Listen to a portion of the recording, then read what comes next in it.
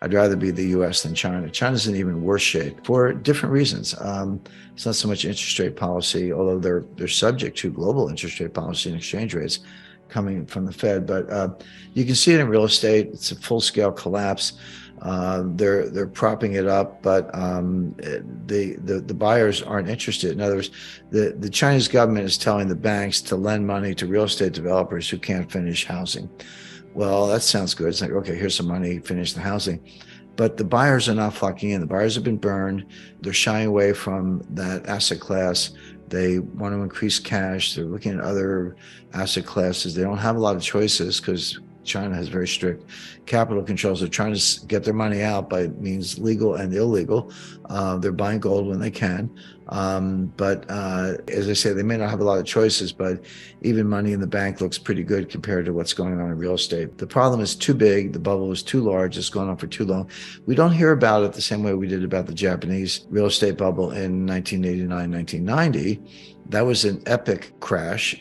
Japan is still not recovered. I remember in the 90s, early 2000s, they talked about the lost decade. Well, try 3 lost decades. That's going into a 4th. That's Japan. You know, 8 or I've lost count. Actually, 8 or 9 recessions since 1989. But it's really just one long depression. That's the way to understand the Japanese economy. China's going into something like that. We don't hear much about it because they're not transparent. They lie about their numbers. You need to look at private sources and use other analytic tools to understand what's going on there. But they've got drops in consumption, industrial output, real estate's collapsing. Their price indices are collapsing. All this fear of inflation. It's been around. It's real, but it's now turning around very quickly. And you can see that in China. China's going through something that the world has never seen. They're going to lose 600 million people in the next 50 to 70 years. This is a demographic implosion. This is worse than the Black Death. Of course, the Black Death killed somewhere between a third and half the population of Europe in the 14th century. It was a good time for labor, by the way. The labor was so scarce that returns to labor went up versus returns to capital because there weren't enough workers. But that's the only thing that can come close. Even the Spanish flu of 1919 killed about, no one's certain of the number, but between 100 million and maybe over 200 million people. The 30 Years' War was certainly, in the early 17th century, was certainly highly destructive. But what's going on in China now is worse than any of those things. It has to do with simple demographic math. The key number is 2.1. 2 people have to produce 2.1 children.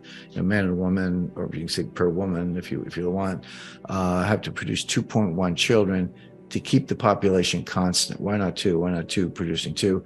The answer is infant mortality, and those who don't make it to adulthood and can continue the repopulation of the planet, if you will.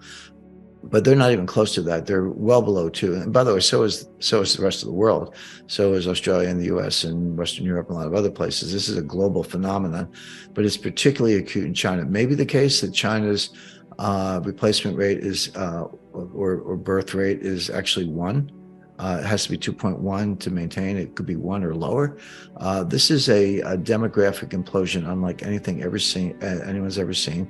It also has a dynamic. You can't reverse it very quickly. It feeds on itself, as I was talking about inflation earlier. So this is going to continue for 50 to 75 years.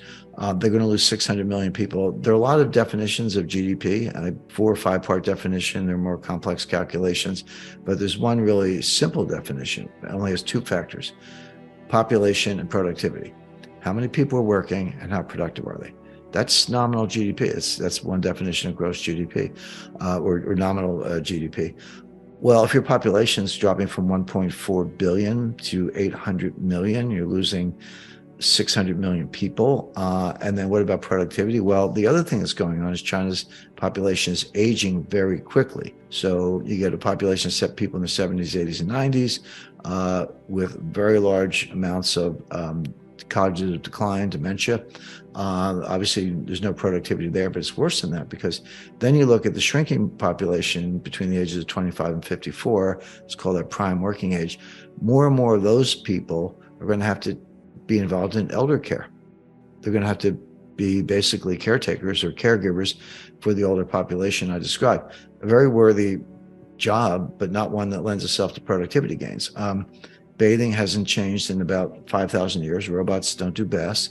The only real innovation in bathing in between 1870 and 1940, we did see the rise of indoor plumbing and hot water. That's good. I enjoy both, but that's it. I can't think of any other bathing innovations in the last several millennia.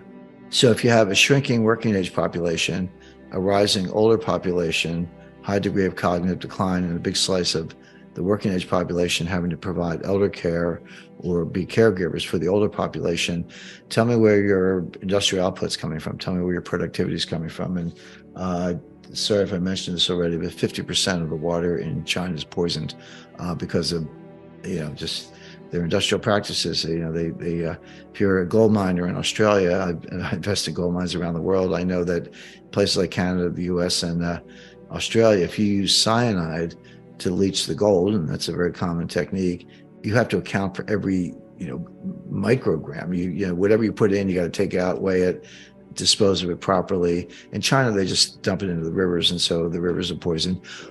So China is an economic, demographic, industrial, moral, religious wasteland, and will suffer. It's already in a recession. Just to cut to the chase, again, they lie about their statistics. So here you have the two largest economies in the world, U.S. and China. U.S. is slowly going into what I expect will be a severe recession. China is in a century-long decline, unlike one that the world has ever seen. That could eventually lead to social unrest and a regime change, but let's not count on that in the short run. Just expect China to shrink and become more autarkic, decoupled from the Western world, and certainly not be a source of growth. Taiwan Semiconductor Manufacturing Company, the largest and most sophisticated semiconductor manufacturing in the world. And semiconductors are in everything. It's not just computers. There are 1,400 semiconductors in an automobile. There's a semiconductor or more in your dishwasher, your refrigerator, your washing machine. They're everywhere. Internet of Things. We all understand that. So TSMC, based in Taiwan. The United States has a military doctrine called the broken nest theory. And what it says is that if China, it comes from a Chinese proverb, ironically, and it says, if the nest is broken, how can the eggs survive? And what it means is that if China invades Taiwan, and I'm not forecasting an invasion, could happen though, we or the Taiwanese will very quickly destroy all the semiconductor manufacturers in Taiwan. We'll just blow them up. And China won't get anything. They'll have the broken nest. Taiwan Semiconductor knows this. They talk to the U.S. intelligence and military community all the time. They've just announced two separate $10 billion plus investments in Arizona for semiconductor fabrication plants, so-called fabs. Intel did the same thing, $10 billion plus, 3 to 5 year horizon fab they're building in Oregon.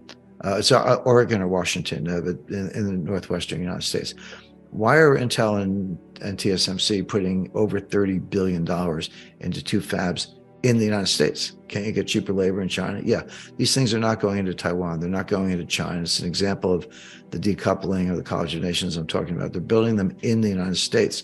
A little more expensive, yes, but more robust. Shorten the supply chain, shorten the transportation lanes, put it into a rule of law society, do everything you can, everything you need to do to make it safe. And that's what's going on.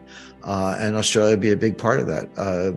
It'll have very important, already does, but it'll have more important relations and transportation channels to the United States, not so much with China for the reasons I mentioned.